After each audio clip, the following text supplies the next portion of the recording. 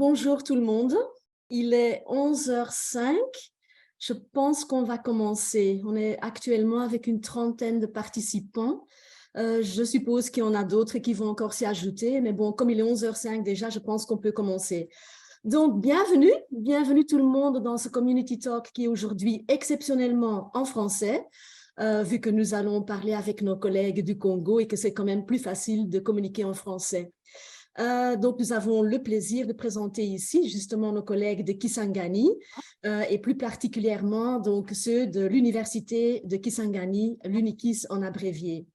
C'est avec eux qu'on a eu un long partenariat, à peu près 12 ans, qui se concentrait sur la création d'un centre d'expertise en agriculture durable et en biodiversité pour contribuer à la sécurité alimentaire. Il y avait également un volet de renforcement des capacités institutionnelles orienté vers la gestion des nouvelles technologies, l'apprentissage d'anglais et de meilleure pédagogie d'enseignement. Donc, avant de commencer, je voudrais vous demander de bien vouloir mettre vos questions dans le chat. Bon, il y a déjà un chat à ce sujet aussi, que vous puissiez bien le faire.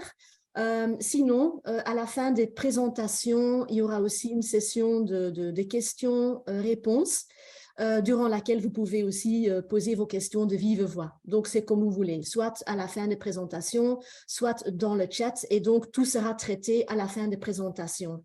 Aussi les chats, évidemment. Voilà, donc j'ai l'honneur et le plaisir de donner la parole maintenant au premier interlocuteur, qui est donc le professeur Didi. C'était donc du projet 1, on le connaît, du projet 1 de notre partenariat avec l'UNIKIS. Et donc, il va vous présenter ce qu'il a fait et ce qui ont été les effets et l'impact qu'il a eu avec ce projet-là. Donc, voilà, professeur Didi, je vous invite. Merci beaucoup, Kathleen, pour la parole accordée. Je vais vous parler du premier projet que VLIR a eu de Kisangani. Et ce projet a traité l'agriculture durable et la sécurité alimentaire dans la région de Kisangani. Alors, dans ce projet, nous avions deux objectifs, l'un académique et l'autre développement. Pour l'académique, c'était de renforcer la capacité à l'UNIKIS en recherche scientifique pour l'agriculture durable. Et pour le développement, c'était d'augmenter la production agricole pour améliorer la sécurité alimentaire dans cette région. OK. Je disais que nous avions également des objectifs académiques et spécifiques et académiques de développement.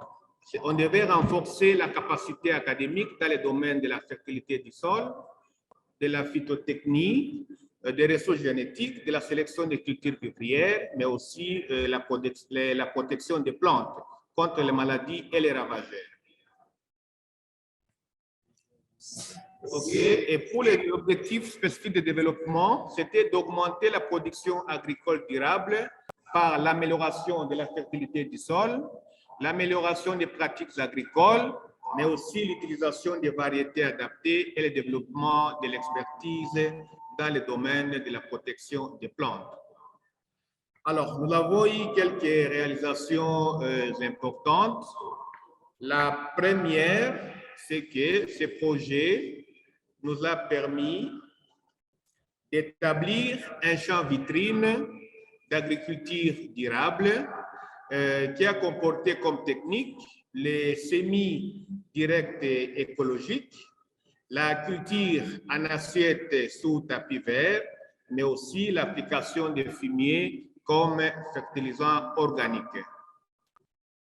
Autre réalisation, ça concerne les pratiques culturelles et les variétés. Nous avons recherché des mycorhizes performants sous différentes cultures vivrières de la région de Kisangani, notamment les bananiers et les maniocs. Et tout ça, c'est pour améliorer la qualité du sol aux alentours de la région de Kisangani. Nous avons déterminé la diversité des champignons mycorhiziens albesquilles sous culture de plantains suivant des différents systèmes, agrosystèmes, a envie de rechercher des biofertilisants performants pour cette culture dans la région de Kisangani qu'on pouvait considérer comme étant des engrais biologiques. Et avec cette étude, nous avons déterminé la diversité de ces champignons suivant les agrosystèmes, envie donc de chercher les biofertilisants.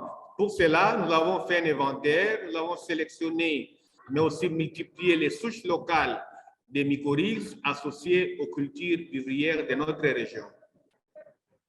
Et enfin, nous avons eu des champs expérimentaux, les champs de collection. Nous les avons maintenus, élargis et même les caractérisés. Et là, c'est surtout ce qui concerne la culture des plantains ex situ, puisque nous avions aussi une collection au laboratoire, là c'était in vitro. Concernant le contrôle des maladies ravagères, nous avons obtenu des extraits bruts totaux des groupes phytochimiques qu'on a extraits sur des plantes averties médicinales en vue d'évaluer leur activité antifongique sur les souches phytopathogènes. Et nous avons également évalué l'activité antifongique des extraits totaux des organes de plantes tels que les feuilles, les écorces des tiges et ou des racines sur les souches phytopathogènes, notamment Pseudocercospora figuensis qui attaque les bananiers et la Zodiplodia theobromai qui affecte les cacaoyers. Alors, autre réalisation, ça c'est en passant, il y a eu le recyclage des enseignants de notre université partenaire en Belgique, mais aussi en Afrique, tel qu'à l'ITA à Ibadan. Il y a eu mise au point d'un système de culture permettant la gestion durable de la fertilité du sol et la sédentarisation des agriculteurs. Nous avons identifié 52 molécules des huiles essentielles de la région de Kisangani. Et ces molécules peuvent être utilisées comme fongicides dans la lutte contre les agents phytopathogènes. Nous avons également amélioré les techniques de régénération in vitro de la plante fétiche Moringa oleifera de la région de Kisangani. Le projet a pu installer une porcherie, nous avons des étangs piscicoles et il y avait également une presse à huile artisanale, mais aussi une minoterie qui est fonctionnelle jusqu'à ce jour. Il y a eu effet de mode d'ouverture du champ et des types d'associations de cultures sur la croissance et les rendements des plantains dans la région de Kisangani. Et comme aussi réalisation importante, le projet a pu installer, équiper 3 laboratoires, celui de culture in vitro, de pédologie, mais aussi de phytopathologie, qui sont là jusqu'à ce jour et ils sont fonctionnels. Maintenant, je parle des impacts du projet. Il y a d'abord les impacts en rapport avec les premiers objectifs spécifiques, qui était celui de renforcer la capacité académique à l'UNIKIS dans divers domaines. Le projet a produit 8 docteurs, 8 PhD. Il y a eu 4 masters. Merci beaucoup, Prof Didi. Bon, malheureusement, on n'a pas tout entendu. C'était vraiment assez instable. Donc, je propose que pour les prochaines présentations, on va montrer les vidéos, tout simplement. Ce sera plus facile. Parce que là, vous avez été trop entrecoupés. Désolée aux participants, nos excuses. Bon, on savait que ça pouvait arriver. C'est pour ça qu'on a préparé aussi des vidéos, mais bon, on voulait quand même essayer, voir ce que ça allait donner. Donc, je demanderais bien à mes collègues du VOS de présenter les vidéos. Donc, la deuxième vidéo, c'est donc pour le projet 2, qui est guidé par le prof Chimba.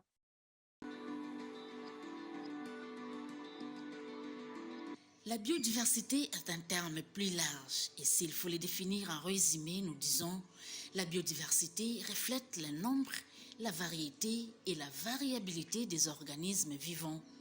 Le concept global, la diversité au sein des espèces, entre les espèces et entre les écosystèmes. Il couvre également la façon dont cette diversité change d'un endroit à un autre et au fil du temps.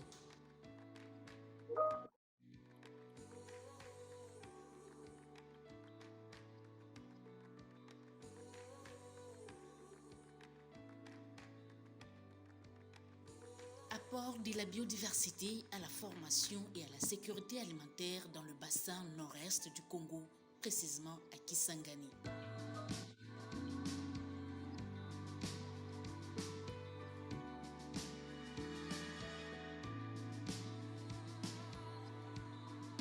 Le responsable local de ces projets, professeur Hippolyte Nsimba, Seyawa Malali, explique. La biodiversité, c'est un terme qui englobe toutes les formes de vie qui existent sur Terre. Bio comme vie et diversité, donc la diversité. Ici, on voit la diversité génétique, la diversité spécifique et la diversité écosystémique. Vous voyez qu'à travers le monde, il existe plusieurs types d'écosystèmes, de forêts, de savanes, de rivières, des lacs, des océans, tout ça, ça constitue la biodiversité. Et dans ces écosystèmes, il y a plusieurs formes végétales, animales, etc. Comme nous avons défini la biodiversité comme étant un domaine trop large, il nous était difficile de prendre toutes les formes de vie qui existent dans ces projets. C'est comme ça que nous nous sommes référés sur certains, entre autres les champignons, les algues, les zoonoses, l'herpétobatrachologie et la pisciculture. Ce sont là les 5 domaines qui ont fait partie de ces projets que nous clôturons aujourd'hui.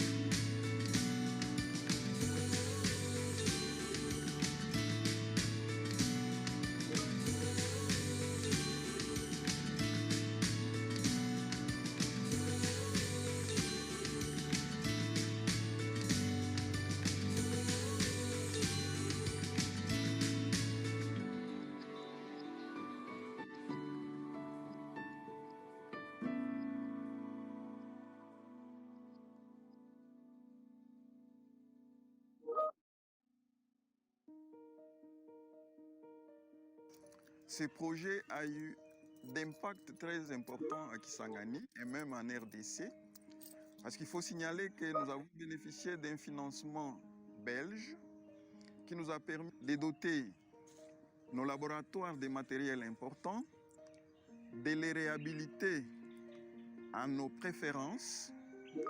Alors, à l'issue de toutes ces réalisations, chacun des domaines retenus au sein de ces projets a connu un développement assez important. Nous commençons par les champignons qui n'ont jamais été cultivés à Kisangani. Nous avons bénéficié de formations, bien sûr, par l'entremise des professeurs belges qui sont venus former nos techniciens. Aujourd'hui, les champignons sont cultivés à Kisangani et consommés. Donc, nous sommes à la hauteur maintenant de produire des semences pour la culture des champignons et produire du champignon lui-même que nous consommons, que nous vendons. Les algues qui manquaient un spécialiste à Kisangani, on a bénéficié des formations des techniciens, entre autres une technicienne qui venait des jardins botaniques de Maize, qui a formé nos étudiants ici. Maintenant, ils sont à la hauteur de faire des préparations et de les fixer sur les lames, arriver à identifier les algues en genre et en espèces. C'est vraiment du progrès. La pisciculture posait aussi des problèmes, notamment pour ce qui concerne l'insémination artificielle. Les alevins mouraient dans les tout jeunes âges. On a bénéficié aussi des formations de beaucoup de chercheurs qui sont venus de Belgique, de Lubumbashi. Et aujourd'hui, on a contourné cet obstacle. Les alevins qu'on produit se maintiennent jusqu'à devenir adultes. Nous avons bénéficié aussi d'autres formations dans les herpétobatrachologie. Bien sûr, quand on parle d'herpéto, on voit les reptiles et les batraciens. Et plusieurs formes de reptiles et de batraciens existent dans notre province, mais ils n'étaient pas connus. Alors, à partir de ces formations, nos techniciens, nos chercheurs sont à la hauteur d'identifier les nouvelles espèces, et ce qui est une forte contribution pour la science. Et dernièrement, vous avez entendu parler des maladies transmissibles de l'homme à l'animal, notamment Ebola. Et actuellement, le Covid. Donc, il y a plusieurs recherches qui se sont faites sur ces domaines et on connaît maintenant quels sont les animaux qui constituent un obstacle ou un danger dans la transmission de ces maladies-là. Alors, un autre impact, les curricula de l'université ont été améliorés. On a acquis un important lot de matériel, des livres, etc., qui nous ont permis de réactualiser les programmes des cours. Nous avons des étudiants qui ont bénéficié de l'expérience du Nord, tout en étant au site, qui ont fait des déplacements pour passer leur stage au Nord. Et au cours de ces mêmes projets, nous avons recruté quelques boursiers qui ont fait leur master et leur doctorat, ce qui nous permet de compter sur la relève académique lorsque les professeurs vieillissent. On a des jeunes qui sont formés, qui peuvent aussi prendre la relève. Tout ça, là, ce sont des impacts positifs du projet. En fait, comme membre à temps plein du projet, nous étions autour des 5, mais nous avons plusieurs techniciens et plusieurs chercheurs qu'on a encadrés au sein des projets. Parce qu'il y a plusieurs missions de terrain pour la récolte de plantes, des animaux, des enquêtes ethnobotaniques qui se faisaient par des chercheurs de la faculté.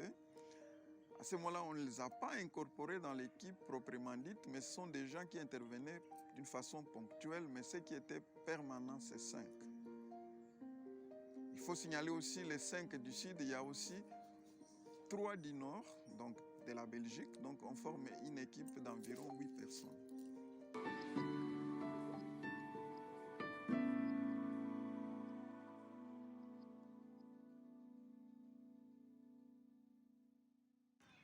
Étant donné que nous avons bénéficié de matériel important, les chercheurs ont été suffisamment formés sur place ou en Europe.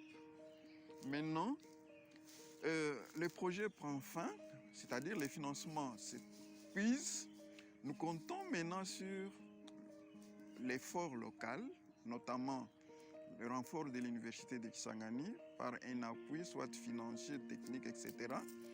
Et aussi par l'autoprise en charge.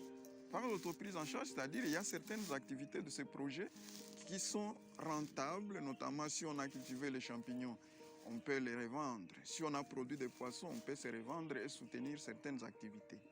Et aussi, on va faire le lobbying auprès des bienfaiteurs, auprès d'autres partenaires financiers qui pourront, les cas échéants, accepter de nous financer et ça va nous permettre de pérenniser les acquis du projet VLIR. Voilà en quelque sorte ce que nous comptons faire pour la maintenance.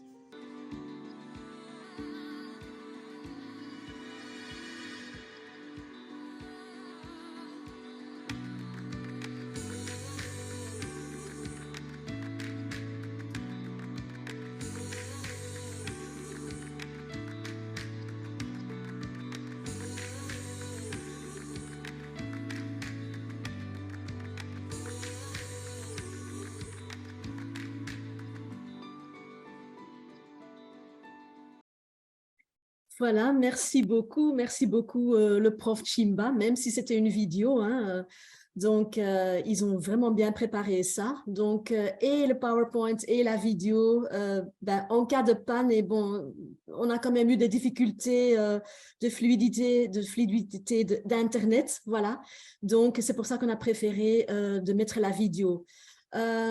Mais tout en restant quand même avec nos collègues de Kisangani, qui sont toujours là et qui suivent eux aussi. Je propose, pour ne pas avoir les mêmes difficultés que tout à l'heure, qu'on écoute aussi la dernière, la troisième vidéo et la dernière aussi.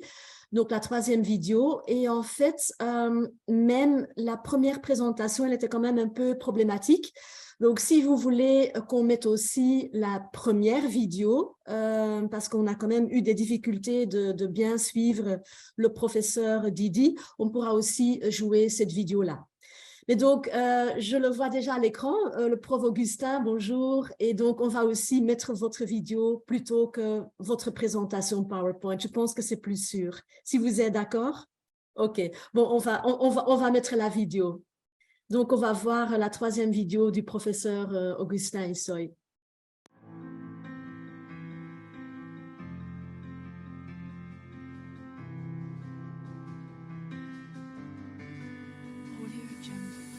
Fondée en 1963, l'Université de Kisangani, en sigle UNIKIS, est une université publique de la République démocratique du Congo située à Kisangani dans la province de la Chopo. Elle est classée 3e après l'Université de Kinshasa et celle de Lubumbashi. L'Université de Kisangani a été bénéficiaire du projet P3.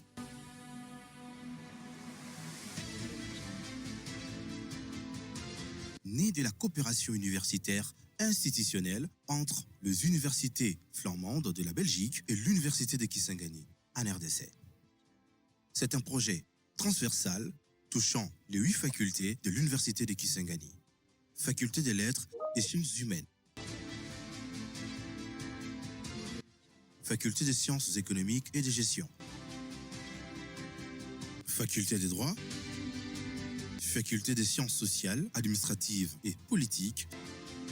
Faculté de psychologie et sciences de l'éducation. Faculté de médecine et de pharmacie. Faculté des ressources naturelles renouvelables. Faculté des sciences. Et une école supérieure d'hôtellerie et de tourisme.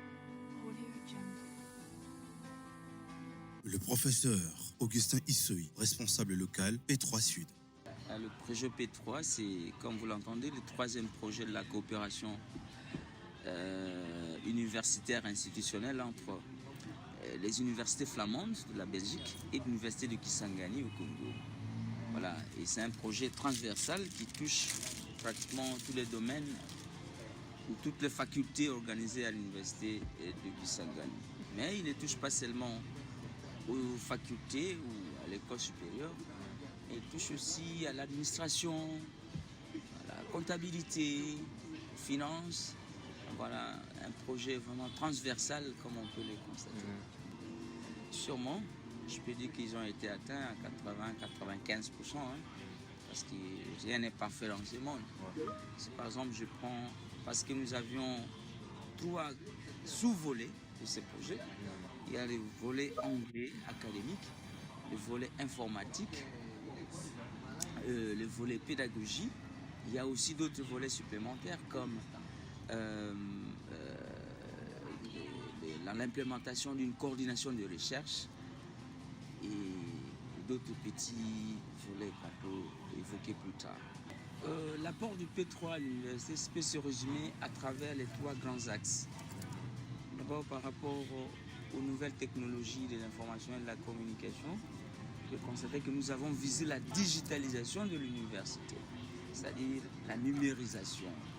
Parce qu'à l'heure actuelle, tout est fait sur base des effets numériques. Ouais. Et dans ce domaine, je peux vous dire que nous avons d'abord numérisé la bibliothèque, nous avons digitalisé la bibliothèque, même si l'usage n'est pas encore totalement effectif, parce que nous avons déjà encodé tous les ouvrages, tous les documents qui sont à la bibliothèque centrale. Nous avons en plus disposé des ordinateurs pour les usagers, pour facilement retrouver les documents dont on a besoin, les ouvrages, les articles, les périodiques, tout. Et voilà que c'est déjà un grand pas parce que ça fait des décennies que l'université est restée dans son ancienne formule. Et je peux dire aussi que du côté de la nouvelle technologie de l'information et de la communication, on a organisé beaucoup de formations. D'abord des enseignants, des professeurs, des chefs de travaux, des assistants, des administratifs. Les enseignants, les professeurs ou les chefs de travaux ont été formés sur l'utilisation de l'informatique dans leurs enseignements, notamment sur les PowerPoint. Ils ont été formés au traitement des données, les logiciels SPSS, et des logiciels comme les Excel et les autres. Ils ont été formés sur la mise en ligne des cours. C'est les logiciels qu'on appelle Canvas. On a formé les professeurs pour qu'ils soient en contact, que les cours soient en ligne. Ils peuvent enseigner à distance, ils peuvent interagir avec les étudiants à distance. Okay. Voilà. Beaucoup d'autres choses sur les plans informatiques. Nous avons formé aussi les administratifs, certaines directions de l'université à l'utilisation de l'informatique pour la gestion de la base des données, par exemple ceux qui gèrent le patrimoine, ceux qui gèrent les étudiants, voilà, la liste des étudiants, tout est digitalisé là. Et je peux d'abord dire ça sur le plan des TIC, technologie, l'information, la communication. Et sur le plan de l'anglais, on peut dire qu'il y a beaucoup de formations qui ont été organisées aussi. On a formé beaucoup de gens, les professeurs, les administratifs, les étudiants, ceux qui ont suivi la formation normale et ont été même certifiés, il y en a. Et en plus de la formation en anglais comme ça, il y a des clubs d'anglais qui ont été créés, formés dans chaque faculté. Et on a créé même des clubs d'anglais dans les écoles secondaires pour les préparer, pour préparer les élèves qui sont secondaires une fois à l'université, qu'ils aient la facilité de parler anglais, de lire des documents en anglais, les articles, les ouvrages, d'échanger en anglais avec d'autres personnes. Voilà. Bon, après P3, il y a beaucoup de choses qui vont se passer. D'abord, ce que nous appelons la pérennisation du projet P3. Si je parle de la pérennisation, je vois premièrement les centres informatiques. On appelle les centres informatiques de Kisangani, qui est un peu l'héritage, l'acquis du projet P3. Le centre va rester, va fonctionner avec la formation qui va continuer de tout le monde, les gens en dehors de l'université comme les gens de l'université.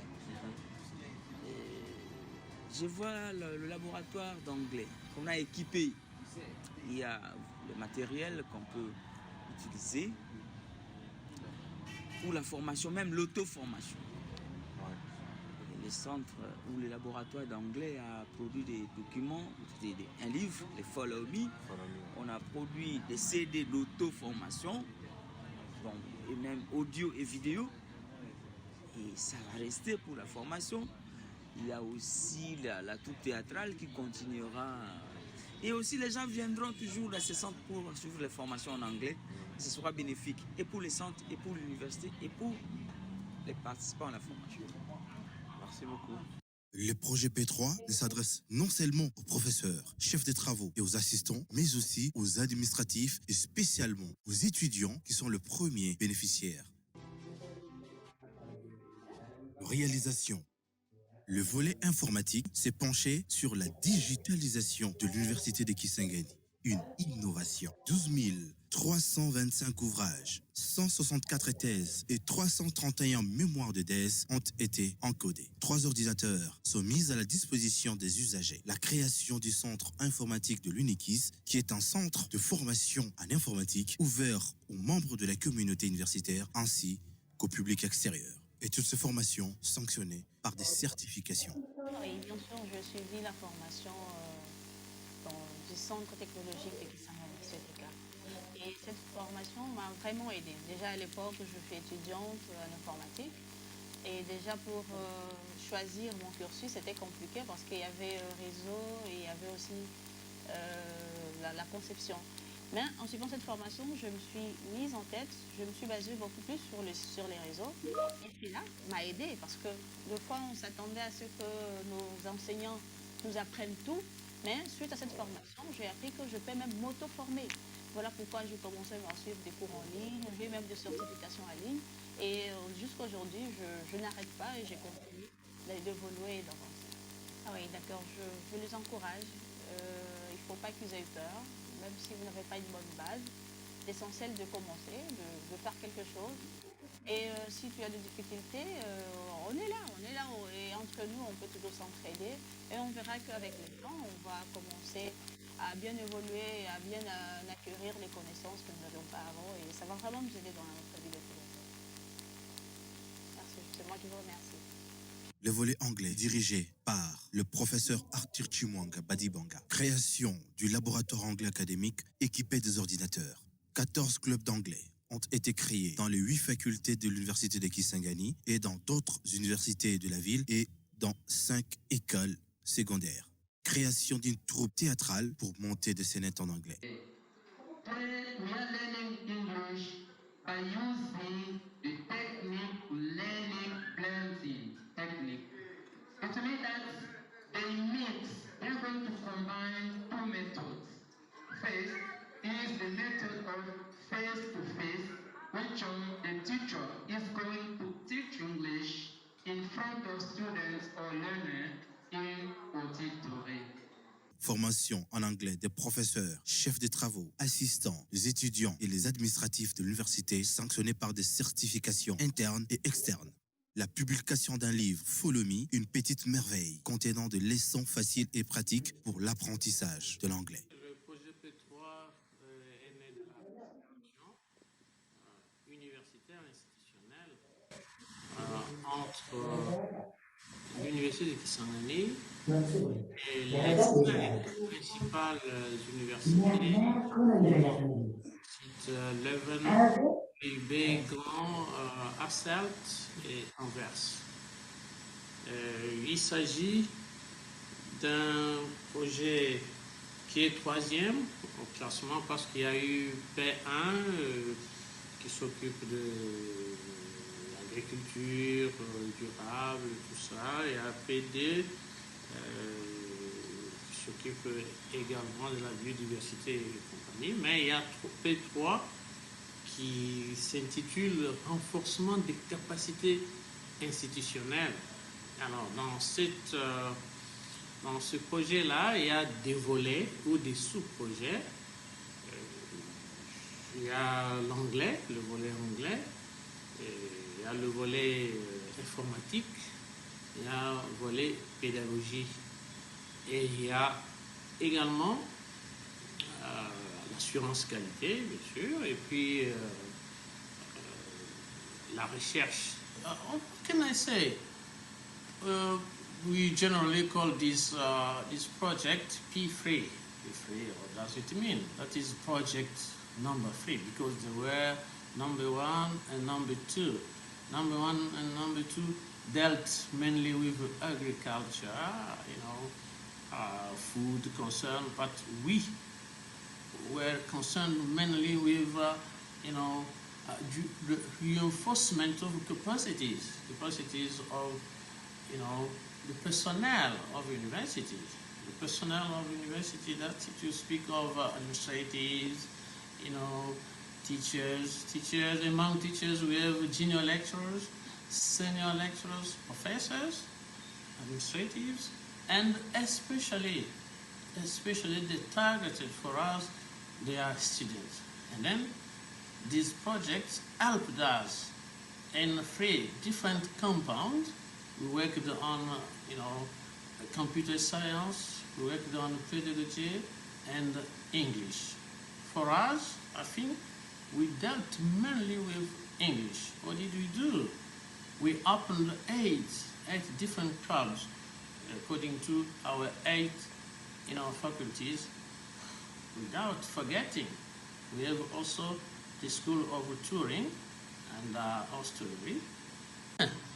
C'est pourquoi, d'ailleurs, ils sont en train d'être remerciés à travers cet ouvrage, parce que cet ouvrage sert maintenant de livre de pratique, parce que ce qui est écrit est accompagné d'un CD. Le CD qui fait que quand quelqu'un veut apprendre, il n'a pas besoin nécessairement de venir ici au laboratoire, mais il peut suivre la formation en étant chez lui. Voilà, donc c'est déjà quelque chose qu'on a apporté un peu de neuf, parce que au lieu qu'on suive les dialogues réalisés ailleurs sur un autre setting, ici on s'est servi justement du milieu ambiant, du centre d'intérêt de l'apprenant, parce que les exemples que nous avons pris dans ce livre, ce sont des exemples tirés du milieu vécu des étudiants, des professeurs, des assistants aux travaux, ce qui fait que ils n'ont pas besoin à se leurrer et dire mais ça ce sont des mots, des expressions difficiles, on ne connaît pas ceci, cela. On a tiré ça du milieu où ils vivent. Alors ça nous a été d'un grand intérêt, Et nous pouvons nous en féliciter. Et pour cela, nous félicitons davantage non seulement nos partenaires, et plusieurs rencontres, c'est-à-dire nous avons animé plusieurs séminaires, plusieurs ateliers, plusieurs conférences, mais surtout plusieurs formations, non seulement ici au laboratoire anglais académique, mais également dans les facultés. Comme vous le savez, nous avons 8 facultés, plus l'école supérieure du tourisme et hôtellerie. Nous avons eu à feuilleter, à arroser l'anglais dans nos différentes facultés, qui représentent d'ailleurs les différents clubs.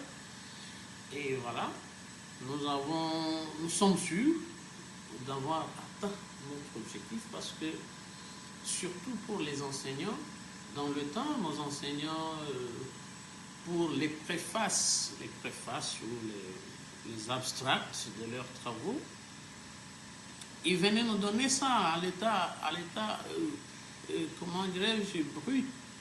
Vous nous emmenez ça à l'état brut pour qu'on commence à écrire. Mais avec les séries de formations, les assistants de ces travaux et même les collègues professeurs commencent à écrire d'abord eux-mêmes en anglais, et pour venir vers nous juste pour quelques retouches. Ça, c'était déjà un pas. Le deuxième grand pas pour nous, c'est que certains des professeurs qui ont été les plus permanents au club sont pour le moment incorporés d'office dans nos... Réalisation de la chanson GRC My Country.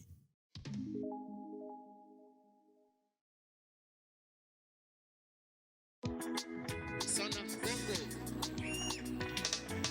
TRC, my pride country. With all my heart, I love you. Gift of Lord that you are. You are placed in the seed of Africa. Reason why you are come in the heart. If in no hearts there is no life, if you know you only weep and the hope in the world, you have a forest, rivers and miles. Certainly you are the heart. I love you, Congo. You are my country. I love you, Congo. You are my land. I never betray you. You are my heritage, land of all my ancestors. I never leave you. Look at your nature, look at your forest, look at your rivers, look at your mindset. My English professor Arthur Chimwamba. Yes, I am the son of Congo, and I'm proud to be there. A black race what I am, a blessed gift and heaven, the black blood flowing in my vein.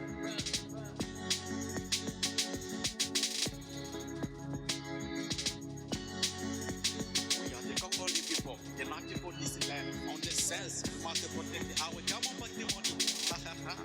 The great professor Kitsimwa, our scientific father, we are the heart with you. Everybody clap your hands, come on. Monsieur le recteur Benoît Deda.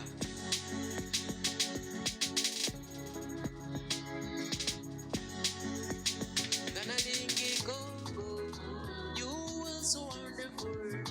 Ganalingi Congo, you are so special. I love you, Congo. You are so wonderful. Kokaba Congo, Koketuna Kita.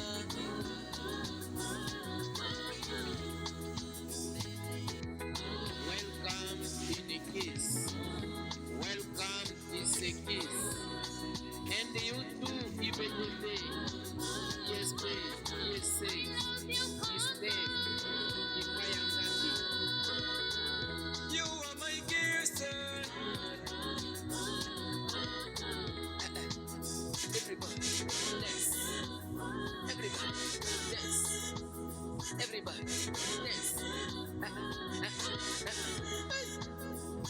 Avoir une nationalité, c'est une chance. Mais être congolais, c'est une grâce.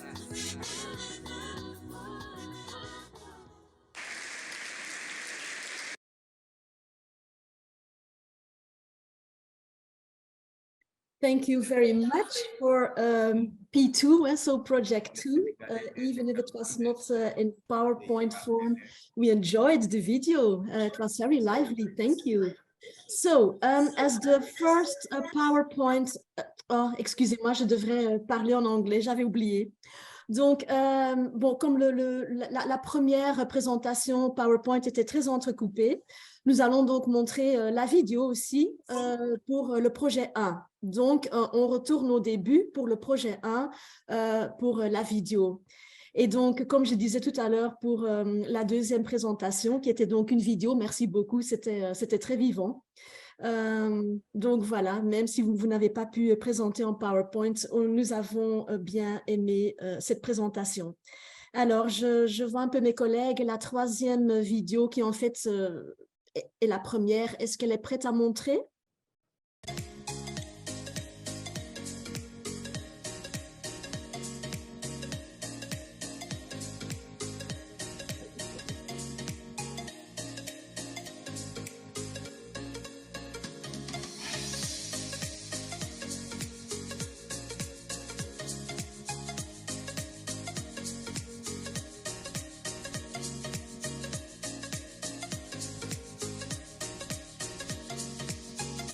Je réponds au nom de Didi Onaoutu Odimba. Je suis le chef de département des sciences biotechnologiques à la faculté des sciences de l'université de Kisangani. Je vais vous parler du projet VLIR, agriculture durable, qui s'intitule exactement Contribution de l'agriculture durable dans la sécurité alimentaire dans le bassin nord-est du Congo. C'est un sous-projet qui se trouve dans un grand projet dénommé CUI, VLIR, qui signifie Coopération universitaire interinstitutionnelle. C'est un projet gouvernement belge, mais qui est piloté par l'université de Hasselt en Belgique. Cherche à couper ici, caché ici. L'agriculture durable invite à promouvoir et à pratiquer une agriculture économiquement viable et pérenne, saine pour l'environnement et socialement équitable. Ces objectifs doivent répondre aux besoins d'aujourd'hui sans remettre en cause les ressources naturelles pour les générations futures. Et la sécurité alimentaire existe lorsque tous les êtres humains ont à tout moment la possibilité physique, sociale, économique de se procurer une nourriture suffisante, saine et nutritive.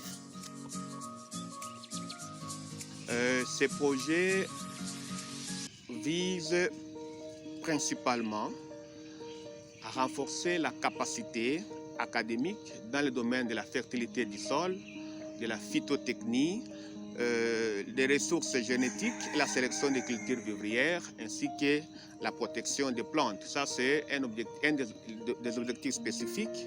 Et le deuxième objectif qui est de développement, c'est viser à améliorer les conditions de l'encadrement de la population de la région de Kisangani dans le domaine de l'agriculture durable.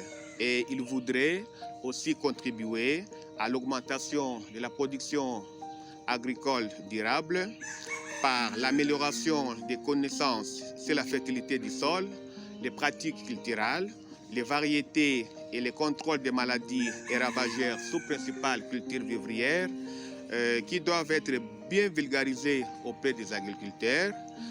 Grâce à ces labos, nous avons eu des équipements et nous avons donc des labos qui sont suffisamment équipés. Il y a aussi le renforcement de la collaboration avec les autres universités, mais aussi d'autres acteurs actifs à l'UNIKIS.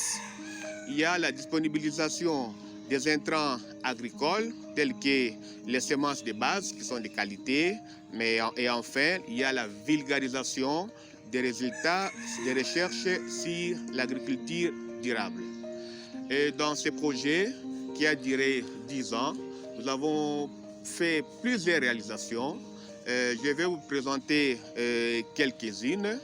C'est le cas du recyclage des enseignants de la faculté des sciences, plus particulièrement de notre département, dans les universités belges, mais aussi dans des grands centres de recherche tels que l'IITA, Institut national d'agriculture tropicale, qui est implanté à Ibadan au Nigeria. Et dans ces projets, nous avons pu former des docteurs. Il y a des masters aussi qu'on a formés avec des boursiers qui ont été financés par les projets. La plupart, ils ont terminé et il y a quelques-uns qui vont terminer d'ici peu. Il y a aussi la mise au point d'un système de culture permettant la gestion durable de la fertilité du sol et la sédentarisation des agriculteurs. Tout cela, c'est pour pallier à la fameuse agriculture itinérante sur Brili. Il y a aussi la caractérisation des modes d'utilisation du milieu en agriculture dans une perspective de valorisation agroécologique. Parmi les réalisations, il y a aussi l'obtention des mycorhizes performants sous principales cultures vivrières telles que le bananier, le manioc et autres. Et cela nous a permis d'obtenir ces mycorhizes qui sont des éléments qui vont améliorer la fertilité du sol. On peut les considérer comme étant des engrais biologiques parce qu'il n'y a pas intervention des produits chimiques. Et à part ces mycorhizes, nous avons pu identifier certaines molécules, activités antifongiques, et cela permet de lutter contre les maladies des plantes en utilisant des fongicides bio, parce que ces fongicides-là sont obtenus en utilisant les extraits de plantes médicinales. Nous avons même approfondi cette étude dans le cadre du projet, puisqu'il y a une thèse qui a été produite dans ce sens-là, et les chercheurs ont pu identifier 52 molécules qu'on a mis à la disposition de la population, que les chercheurs peuvent utiliser pour fabriquer des produits fongicides. Et il y a aussi l'installation et l'équipement de 3 laboratoires au sein de la faculté des sciences et à la faculté de gestion des ressources naturelles renouvelables.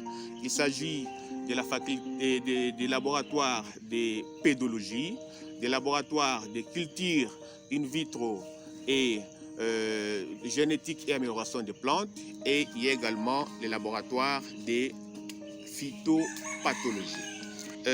Concernant l'impact du projet, comme il y a eu des objectifs spécifiques, chaque objectif a eu quelques impacts.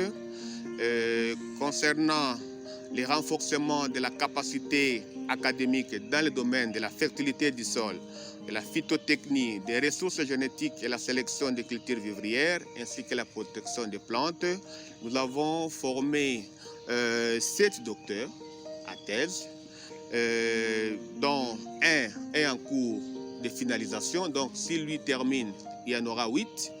Nous avons formé 4 masters et il y a un qui a terminé son labo, il est en fin de rédaction. Concernant le deuxième objectif, qui est celui en rapport à l'amélioration des conditions d'encadrement de la population de la région de Kisangani pour une agriculture durable, les projets a aussi des impacts. C'est le cas de la disponibilisation constante des semences certifiées de qualité, notamment les boutures de manioc. Il y a les rejets des bananiers et bananiers plantains qui sont disponibles et qu'on donne aux agriculteurs. Il y a aussi l'intérêt croissant des agriculteurs vis-à-vis des pratiques agroécologiques expérimentées en milieu réel. Et je vais ajouter un autre impact qui continue à émerger, c'est l'acquisition d'une minoterie qui est implantée au sein de la faculté des sciences. Et cette minoterie produit une farine de manioc de très haute qualité dénommée la boyomèse. Malgré que le projet a pris fin en 2020, jusqu'en 2022, cette minoterie continue à alimenter la ville de Kisangani et ses environs en farine de manioc de très haute qualité, mais aussi en farine de maïs. Et nous avons même développé d'autres stratégies. Actuellement, nous sommes dans la recherche de la production des spaghettis, mais aussi des biscuits à base de la farine de banane de plantain. Et il y a aussi une autre farine très nutritive qu'on disponibilise à la population, que les mamans ont même dénommé bébé Elvis. Et c'est un mélange de la farine de banane plantain, farine de soja, farine de maïs et farine de trichulia africana que les mamans donnent à leurs bébés, mais aussi les malnutris viennent s'en procurer pour améliorer leurs conditions sanitaires. Voici quelques impacts que ce projet a eu. Et concernant toujours la minoterie, nous avons eu un financement de la part de Enabel qui est venu nous appuyer en nous dotant de nouveaux équipements et en promettant même de venir moderniser cette minoterie pour que ça réponde aux normes internationales.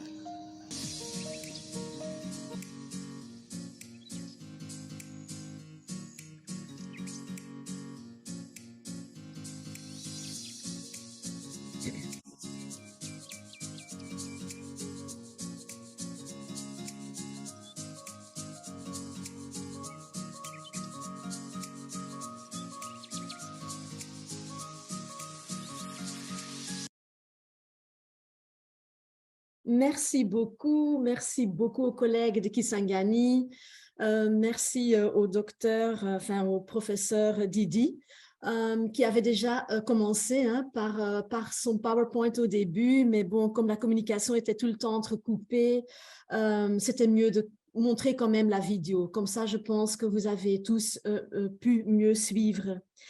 Alors, nous avons eu quelques questions dans le chat. C'était surtout des questions sur qui peut être un pays partenaire et aussi des questions de langue. Parce que, bon, généralement, nous tenons nos community talk en anglais, c'est vrai. Généralement, on a aussi des participants de l'Amérique du Sud et de l'Asie. Bon, c'est sûrement moins le cas maintenant à cause du fait qu'on a choisi de faire le français pour cette community talk. Donc, pour les collègues de la RDC, c'était plus facile de s'exprimer en français. So just for those who couldn't follow and who only speak English, this was meant to be a community talk in French and not in English. We're sorry about it. No translation either, but perhaps in the next time we will do this better.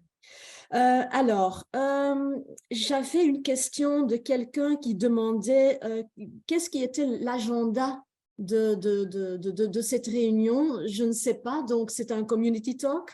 Je ne sais pas non plus si la personne est encore là et si elle peut s'exprimer pour expliquer davantage ce qu'elle voulait demander. Mais donc l'agenda, c'est un community talk et donc une université ou une autre école du Sud se présente ou bien un projet se présente et donc voilà, ils montrent un peu ce qu'ils ont fait ou ce qu'ils font. En ce qui concerne les pays partenaires, j'ai déjà donné la liste des pays partenaires dans le chat pour l'Afrique. Je pense qu'il n'y a pas tellement d'autres participants ici en dehors de l'Afrique. Donc, donc, je veux dire pas tellement de participants de l'Amérique latine ou bien de l'Asie.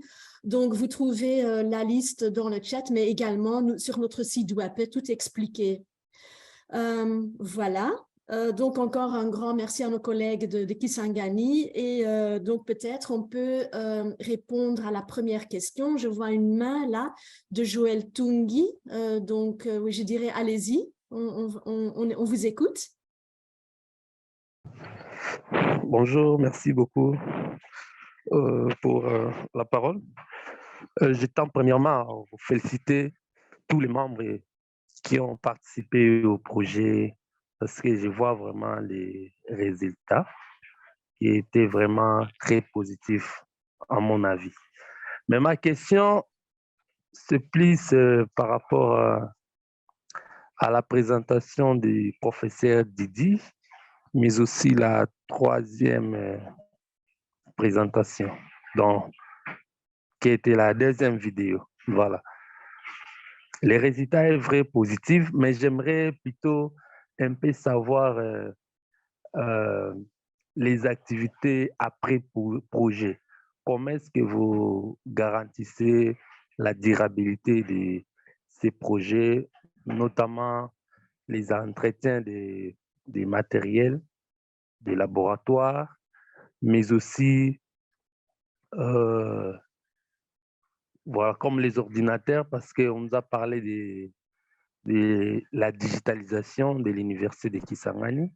Comment est-ce que vous garantissez la durabilité de cette digitalisation? Parce qu'il se peut qu'il y ait des ordinateurs qui tombent en panne. Il y aura encore le besoin de digitaliser d'autres thèses, mémoires et autres. Et après projet, comment est-ce que vous garantissez la durabilité? Voilà un peu Merci ma beaucoup. préoccupation. Ouais, très bonne question. Merci beaucoup pour vos questions.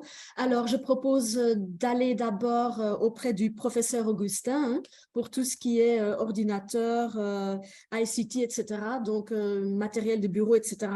Et après, on peut donner la parole au professeur Didi pour tout ce qui est le matériel utilisé pour l'agriculture. Peut-être même aussi pour le professeur Chimba qui est plus dans les laboratoires. Mais donc d'abord, la parole au professeur Augustin. Alors, je disais que le projet P3, d'abord, a acquis plusieurs ordinateurs, bien sûr.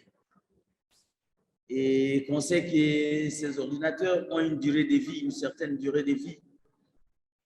Et à la fin du projet, nous avons créé un centre informatique, centre technologique de Kisangani, comme on l'appelle, qui est en même temps une unité de production parce que nous avons des personnes, non seulement de l'université qui viendront se faire former là-bas, mais il y a aussi les personnes extérieures à l'université. Alors, je disais qu'en même temps qu'il est un centre de formation, il est aussi une petite unité de production. Nous avons essayé de voir comment les personnes qui viendront former vont contribuer un peu financièrement à la survie du centre technologique. Et en même temps, nous sommes en contact avec l'université qui s'est approprié le projet, l'université qui a accepté de soutenir les projets, en fait de soutenir les centres chaque fois qu'il y aura un besoin qui dépasse le centre lui-même. Voilà un premier pas. Et même dans le centre, dans le laboratoire d'anglais, c'est la même philosophie parce que maintenant les centres organisent des formations pour plusieurs personnes qui viennent de l'extérieur et ces personnes sont censées apporter leur contribution financière pour la survie du centre, pour l'existence du centre.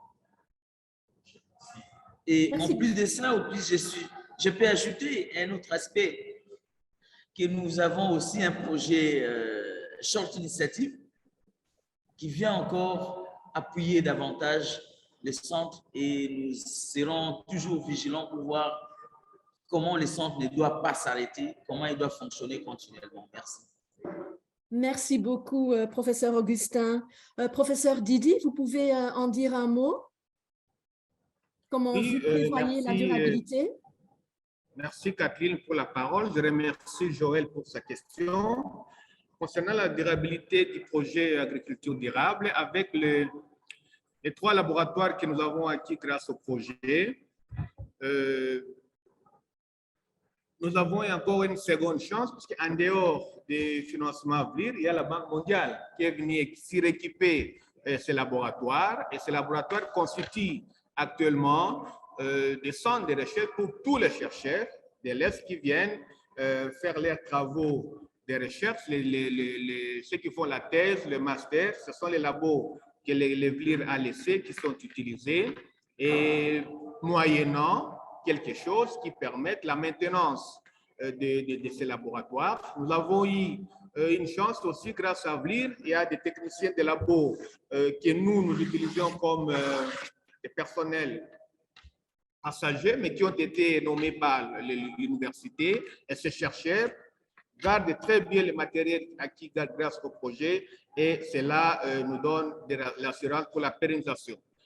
Et nous avons aussi, comme j'ai dit dans ma présentation, vous l'avez entendu suivi dans la vidéo, la minoterie qui est implantée sur la faculté des sciences constitue une source de revenus pour la pérennisation des sites de collection qui continuent à être entretenus jusqu'à ce jour parce que la minoterie fait entrer un peu d'argent qui peut permettre de payer quelques travailleurs. D'ailleurs, je pourrais dire aussi que cette minoterie aidait même quand nous étions pendant sous financement VLIR, quand l'argent venait en retard, nous préfinancions nous-mêmes en attendant que l'argent vienne pour compenser ce vide-là. Donc, ça montre que nous allons continuer à pérenniser cela et grâce aussi à l'appui de l'ENABEL, qui est aussi une agence d'aide de développement, bientôt nous aurons une minoterie moderne et ça va créer d'autres projets tels qu'aujourd'hui nous sommes considérés comme des incubateurs pour former les agripreneurs pour faire des petits entrepreneuriats dans la région de Kisangani. Voici, M. Joël, ce que je peux vous répondre. Merci beaucoup, professeur Didi. Je ne sais pas si le professeur Nchimba voudrait encore ajouter quelque chose.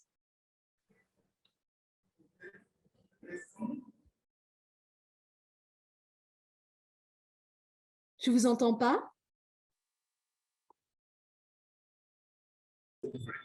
Allô? Oui. Vous m'entendez maintenant? Oui. Ok, merci. Je voudrais abonder dans le même sens que le professeur Onaouchou. Et notre laboratoire fonctionne au département d'écologie et gestion des ressources végétales. Pendant ce moment où les activités d'autofinancement sont presque au début, s'il y a des petites difficultés, on se réfère au département pour nous aider à la réparation d'un matériel ou d'un autre. Mais ce que nous avons envisagé, c'est que, parce qu'il y a aussi des institutions extérieures qui viennent avec leurs étudiants utiliser par exemple nos microscopes ou d'autres matériels dans le cadre des travaux pratiques, à ce moment-là, on peut leur demander de cotiser un tout petit peu dans le cadre de la prise en charge parce qu'il y a des lamelles, des lames qui se cachent, ils ne peuvent pas venir casser et partir. C'est de cette manière-là qu'on revient à réparer des petites choses. Mais pour l'instant, par exemple, dans les champignons, nous produisons du blanc que l'on peut revendre à ceux qui veulent cultiver du champignon, mais la demande n'est pas très forte parce que la population est encore en train d'être formée pour comprendre comment cultiver. Nous avons des petits fonds qui entrent, mais qui ne couvrent pas tous les besoins. Voilà quelques lignes de réponse à ce sujet. Merci. Merci beaucoup, professeur Nchimba. Donc, je pense que M. Joël on a répondu à vos questions. J'ai vu une autre question dans le chat de François Stepman. Est-ce que la vente de mycorhizes couvre les frais de production? Donc, professeur Didi, c'est plutôt à vous. Est-ce que ça couvre les frais de production?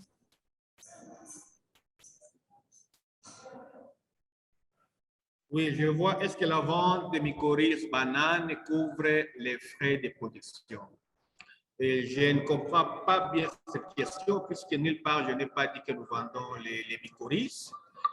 Dans notre projet, nous avons mené des études pour chercher des mycorhizes performants et ces mycorhizes vont être mis à la disposition de certaines firmes pour produire des fertilisants bio. Et actuellement, nous sommes en contact avec une firme allemande qui a accepté de venir travailler avec nous.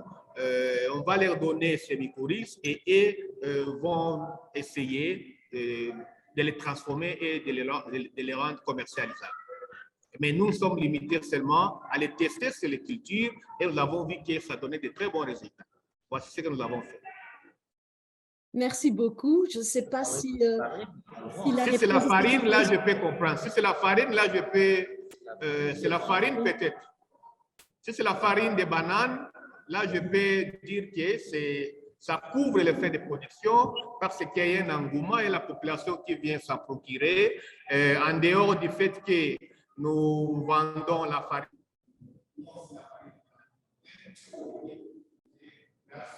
On ne vous entend plus.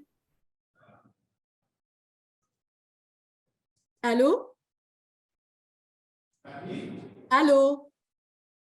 On ne vous entend plus. Oui?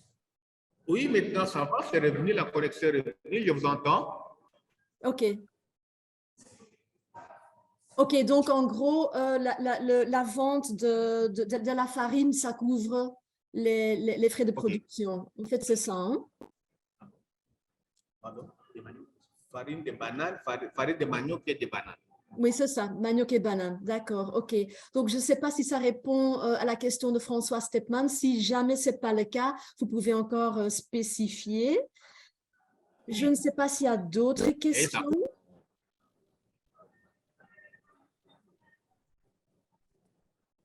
Je n'en vois pas tellement dans le chat. Hein. Donc, comme j'avais dit tout à l'heure, si vous voulez bénéficier d'un projet, il faut donc être pays partenaire au VLIR-US.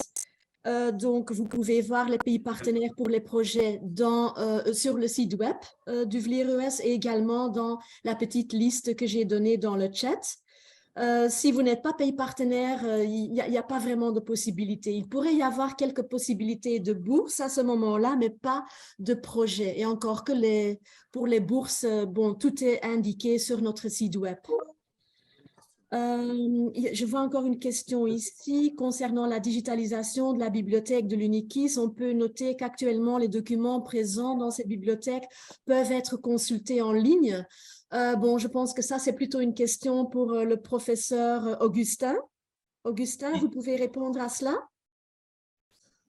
Oui, en fait, ce n'est pas une consultation en ligne comme telle, c'est une utilisation interne encore au niveau de la bibliothèque centrale. Voilà. Avec la difficulté de la bande passante, mais nous avons envie que cette bibliothèque puisse avoir également la capacité d'être consultée en ligne. Mais pour l'instant, c'est une consultation sur place de documents qui sont disponibles au niveau de la bibliothèque. Voilà la suite. Merci beaucoup. Je vois encore deux autres questions par le docteur Bossou à Nick. Est-ce possible d'entrer en contact avec nous afin de mieux comprendre comment postuler à des projets? Là, je vous indique aussi vers le site web parce qu'on vient de lancer un appel à projet pour des petits projets de 2 ans. Ça s'appelle South Initiatives, SI en abrévié. Tout est expliqué sur notre site web, mais vraiment tout. Donc, vous pouvez tout parcourir. Le Bénin est un pays partenaire, mais aucun projet est en cours, en effet. C'est vrai. Donc, le Bénin est un pays partenaire, c'est assez récent. Hein? Donc, il est devenu partenaire juste avant le Covid, mais avec le Covid, pas grand-chose a pu bouger. Donc, on a eu notre premier appel à projet l'année passée. C'était ouvert pour le Bénin. Il y a eu quelques soumissions de projets. Malheureusement, ils n'ont pas été sélectionnés. Voilà. Donc, on espère que cette fois-ci, il y aura plus de succès pour le Bénin. Mais donc, voilà. Ça, c'est en fait la réponse que je voulais donner.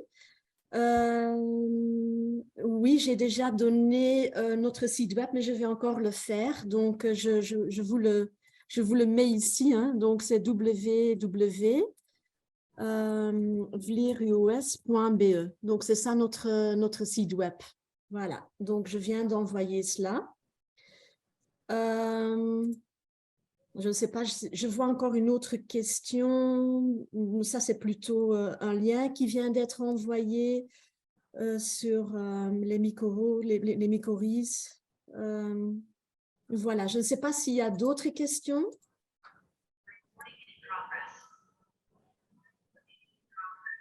J'entends quelque chose vaguement. C'est une question?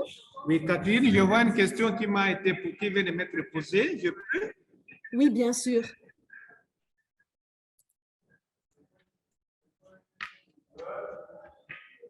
Je vois une question. Allez-y. Non, ici, Didi, est-ce que l'inoculat mycorhizé se produit en Allemagne?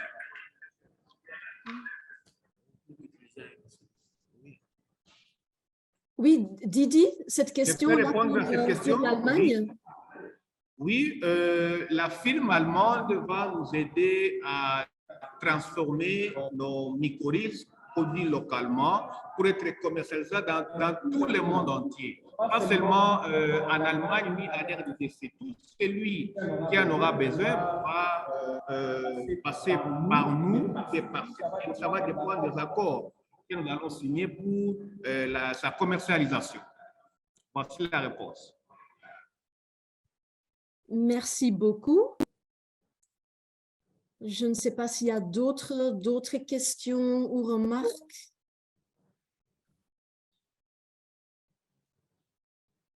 Pas vraiment. Donc, voilà, je voudrais dire que tous les films et présentations seront envoyés dans un mail de suivi que vous recevrez bientôt. Et tout sera disponible aussi sur notre site web, donc vidéo, présentation.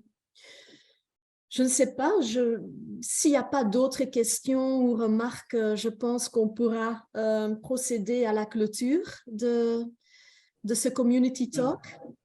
C'est presque l'heure, il est presque 12h30. Oui? Autre question?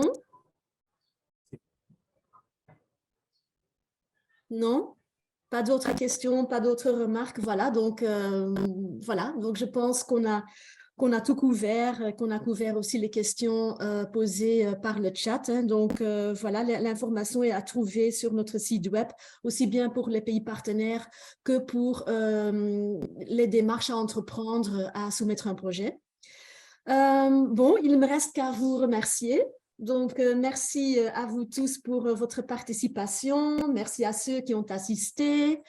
Merci beaucoup à nos collègues de l'UNIKIS pour leur présentation PowerPoint et pour leur vidéo. Vous étiez préparés à tout, hein? Donc c'était apparemment nécessaire parce que la connexion n'était pas très bonne. Donc, heureusement, on avait les vidéos à montrer. Donc, merci aussi pour les questions et les remarques posées. Je pense que c'était constructif et utile. Voilà, il me reste qu'à vous souhaiter plein succès dans la continuation de vos activités à Kisangani. Et donc là aussi, hein, vous avez quand même des moyens de revenus, peut-être petits revenus, mais quand même de revenus pour assurer la durabilité de vos activités. Merci à vous tous et bon, on se reverra pour un prochain Community Talk. Bon après-midi, au revoir. Merci pareillement. Merci pareillement. Au revoir et félicitations à vous. Au revoir et bon après-midi à tout le monde. Merci à vous autant. Merci.